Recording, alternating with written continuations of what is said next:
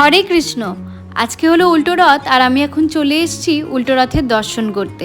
আজকে জগন্নাথ দেব তার দাদা আর বোনকে নিয়ে আবার ফিরে যাচ্ছেন নিজের মন্দিরে, আর যাওয়ার পথে হাজার হাজার লক্ষ লক্ষ ভক্তদের দর্শন দিয়ে যাবেন। সারা বছর জগন্নাথ দেব মন্দিরে থাকলেও এই বছরের দুটো দিন, সোজা রথ আর উল্টো রথের দিন, কিন্তু ভগবান নিজে স্বয়ং ভক্তদের মাঝখানে আসেন ভক্তদের দর্শন দিতে। আর এই দুটো দিনের মধ্যে যারা রথে এসে সত্যি ভগবানের দর্শন করতে পারোনি বা রথের দড়ি টানতে পারোনি, তাদের সত্যিই পোড়া কপাল। কিন্তু দুঃখ পেয়ে লাভ নেই, আমার ভিডিওর মাধ্যমেই আজকে তোমরা দর্শন করে নাও।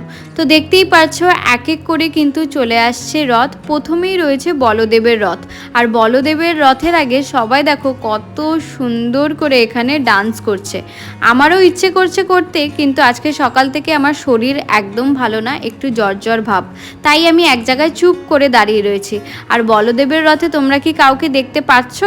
ওই দেখো তোমাদের দাদাও কিন্তু রয়েছে বলদেবের রথে। আর আজকেও কিন্তু সোজা রথের দিনের মতন সকালবেলা প্রসাদ পেয়ে বেরিয়ে গেছিল, আর এই আমি বিকেলবেলা তোমাদের দাদাকে দেখছি। তো বলদেবের সঙ্গে তোমাদের দাদারও দর্শন করে এখন কিন্তু আমার মন আর শরীর দুটোই একটু একটু করে ভালো লাগছে। আর এই দেখো বলদেবের রথের দর্শন করতে না করতে সুভদ্রা মহারানীরও কিন্তু দর্শন হয়ে গেল।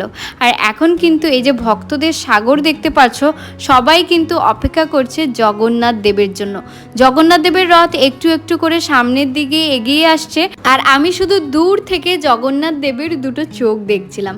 দুটো চোখ দেখো কত বড় বড় আর কত উজ্জ্বল লাগছে দেখতে। মনে হচ্ছে আমরা যেরকম জগন্নাথ দেবকে দেখছি, জগন্নাথ দেবও সব ভক্তদের দেখছে যে কত ভক্তরা আমার জন্য আজকে এসেছে।